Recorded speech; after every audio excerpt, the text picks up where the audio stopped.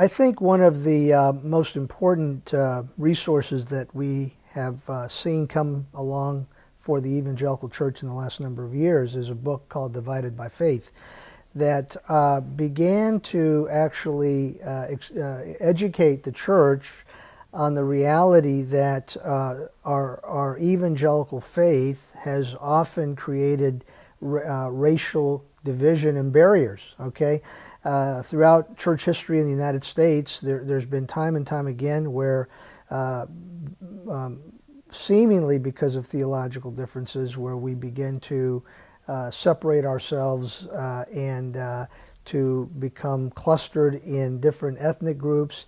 And as Dr. King made so famous with a statement that he made when he was alive, when he said that 11 o'clock on Sunday morning is the most segregated hour in America. Well, what that reveals and what Divided by Faith began to reveal is that we may be united in some kind of cosmic way in Christ, but when it comes to the practical day-to-day living out of our faith as Christians, that we're really as divided as almost everybody else in America. And in fact, Sunday morning begins to actually reveal the fact that, hey, that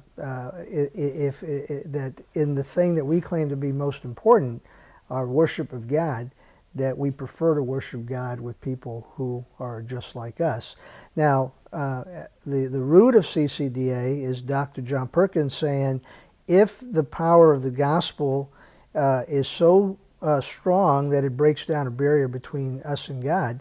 then it has to have the power also to break down the barrier between human kind of barriers that exist. And that really was the birth of our focus on racial reconciliation, that, you know what, in society, blacks might hate whites and whites might hate blacks, and the mistreatment that has existed for many years and the historical issues that are there, that somehow, if you're Christian,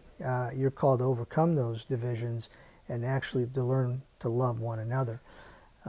So that's a huge focus of how we're able to do what we do, proclaiming that biblical imperative of reconciliation.